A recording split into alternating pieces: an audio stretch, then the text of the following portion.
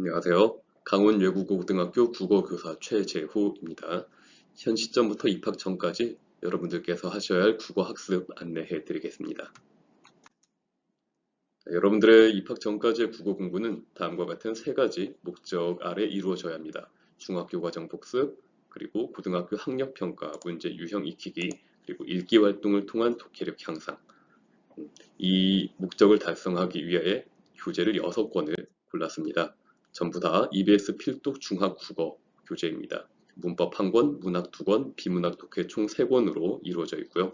이 6권이나 되는 책을 입학 전까지 2달여의 시간 동안 다 공부한다는 건 결코 쉽지 않은 일이지만 이 6권을 모두 다 공부하고 입학을 한다면 여러분들의 입학 후의 국어 실력은 지금보다 많이 향상되어 있을 것이라고 확신합니다.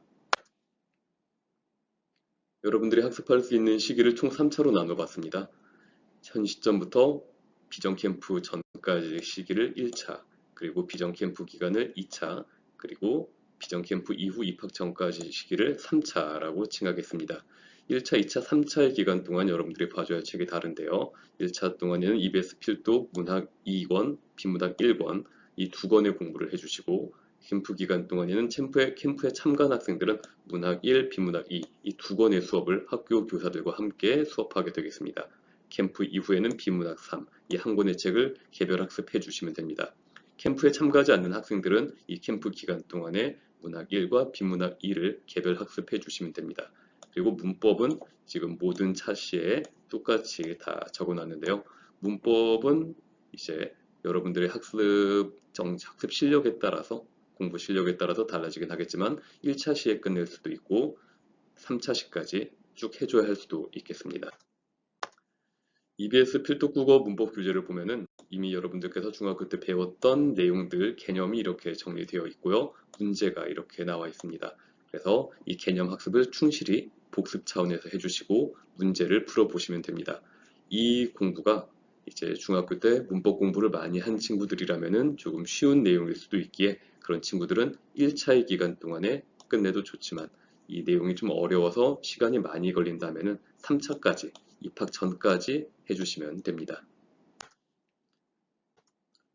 비문학 독해 이 교재는 이제 긴 제시문이 있고요.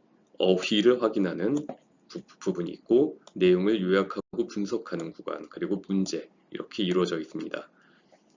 제시문을 읽고 이제 지문을 분석하고 제시문을 분석하고 문제를 푸는 이건 고등학교 3년 기간 동안에 반복적으로 여러분들이 하게 될 학습 방법인데요. 거기에 앞서서 어휘를 확인하는 시간을 이제 매 시간마다 매 제시문을 풀 때마다 이제 해주시길 바랍니다. 어휘가 국어 제시문을 읽는 기본이 되는 겁니다. 그리고 제시문을 읽고 내용을 파악하고 내용을 요약 분석해 본 다음에 문제를 푸는 이 모든 과정은 3년간 여러분들이 반복적으로 해 주어야 할 학습 방법이기에 이 시기 동안에 여러분들께서 이런 학습 방법에 익숙해지도록 하면 좋습니다. 그리고 이제 이 책은 비문학 독해는 인문, 사회, 과학, 기술, 예술, 주제 통합 6개의 영역으로 이루어져 있는데요. 여러분들이 1차 시기에 혹은 2차 시기에 이제 이 2차 안에는 이제 여러분들께서 내가 유달리 어떤 영역이 약하구나. 내가 인문에서 어떤 철학에 약하구나. 아니면 사회에서 경제학 부분에 약하구나. 이런 것들을 이제 스스로 파악을 해 주시는 게 좋습니다. 이에 맞춰서 개별적으로 이제 추가로 할 독서가 결정이 되겠습니다. 문학 교재는 이제 문학 작품이 수록되어 있고요. 문제가 나와 있습니다. 대부분의 작품들은 여러분들이 중학교 때 이미 배웠거나 아니면은 중학생 수준으로도 쉽게 이해할 수 있는 작품들이고 더불어 고등학교에서도 꼭 필수적으로 다뤄야 하는 작품들이기 때문에 이런 작품들에 익숙해지도록 이 책을 봐주시면 좋겠습니다. 앞서 비문학 독해에서 인문 영역에서 예를 들어 내가 논리학이 약하구나 아니면 사회 영역에서 경제학이 약하구나 이런 감을 최소 2차 안에는 이제 판단을 해 주시기를 바랐는데요.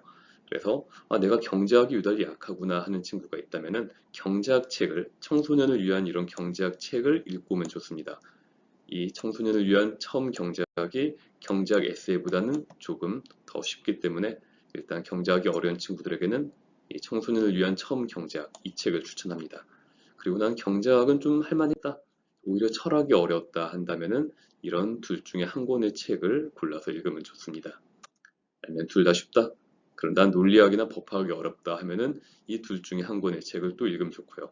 이렇게 총 네 권의 책을 비문학 독해 관련해서 여러분들에게 추천하는데요.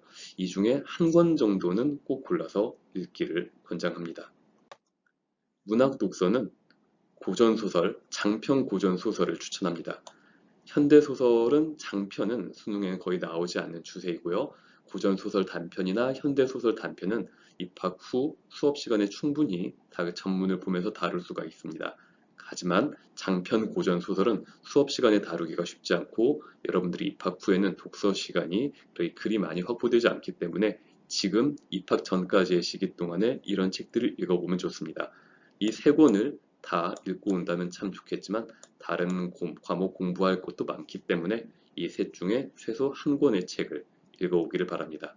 비문학 독해 중에 경제학, 논리학, 철학, 법학 이런 책 중에 한 권, 그리고 고전소설 장편 중에서도 한 권, 이렇게 총 두 권의 책을 읽어오면 좋겠습니다.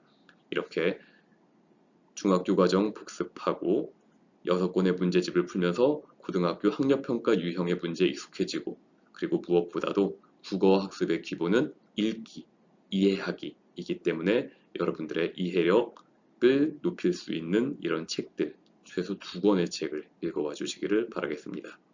이상입니다. 입학 후에 뵙겠습니다.